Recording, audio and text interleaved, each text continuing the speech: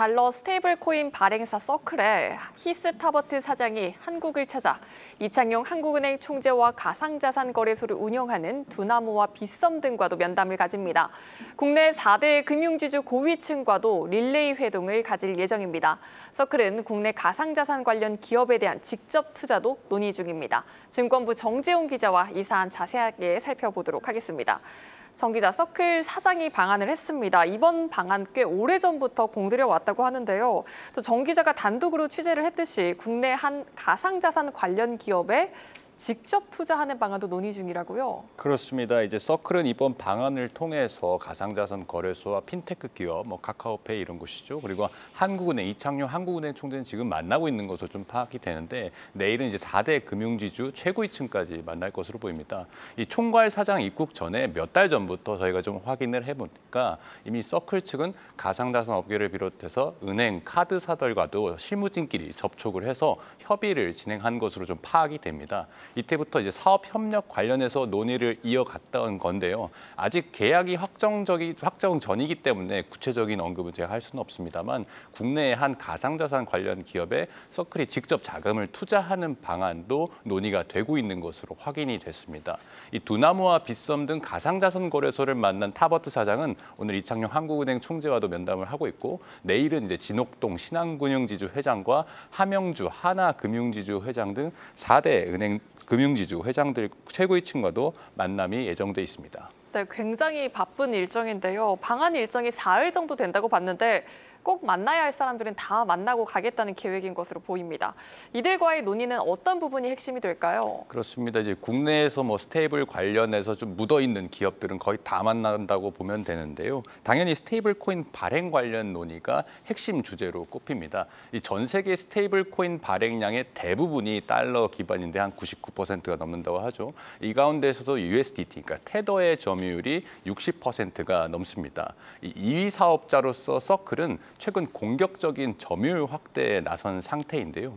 앞서 유럽에서는 이제 유료화 기반의 EURC를 유통시키고 있고 일본에서도 SBI 홀딩스와 합작 법인을 세워서 USDC 서클의 유통을 꾀하는 한편에 JPYC라는 또 핀테크 기업이 있는데요. 여기가 이제 엔화 스테이블 코인을 곧 출시를 앞두고 있거든요. 여기에 이미 전략적 투자를 단행을 한 바가 있습니다. 마찬가지로 국내 금융권과 달러 스테이블 코인 발행에 대한 협의를 진행하는 한편 원화 스테이블 코인 당연히 발행 관련 논의를 진행을 하고요. 더불어서 서클이 올해 구축한 건데 스테이블 코인에 기반한 글로벌 송금 결제망 CPN이라고 있습니다. 여기에 대한 이제 국내 금융권의 참여도 핵심 주제로 다뤄질 것으로 보입니다. 이 CPN은 기존 결제망 대비 여기서 스테이블 코인으로 결제를 하는 건데 송금을 하는 건데요. 여기 기존 대비해서 속도도 좀 빠르고 수수료도 저렴하다는 특색을 내세우고 있습니다.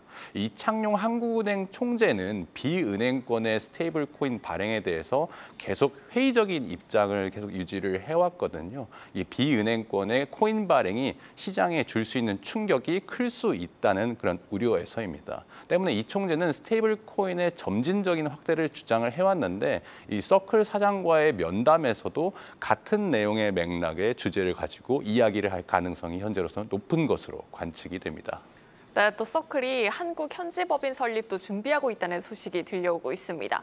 국내 스테이블 코인 법제화가 지지부진한 사이 시장 선점을 위한 포석이라는 해석도 나오고 있거든요. 그렇습니다. 이제 새 정부 들어와서 스테이블 코인 관련 이제 법제화 논의가 한창 불을 타올렸다가 최근에 좀 지지부진한 모습이 되는데 그 사이에 서클이 먼저 우리 시장에 들어와서 좀 선점을 하고 있는 그런 모습입니다. 서클은 이미 프랑스와 싱가포르 그리고 일본을 비롯해서 전 세계 12개국의 현지 지사를 갖추고 있습니다.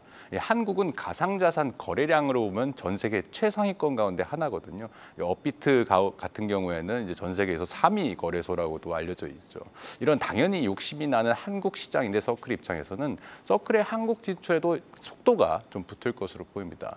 현재 인력 채용 공고까지 진행을 하고 있는 것으로 봐서는 국내 현지 법인 설립도 조만간 가시화될 수 있다는 그런 분석도 나오고 있습니다.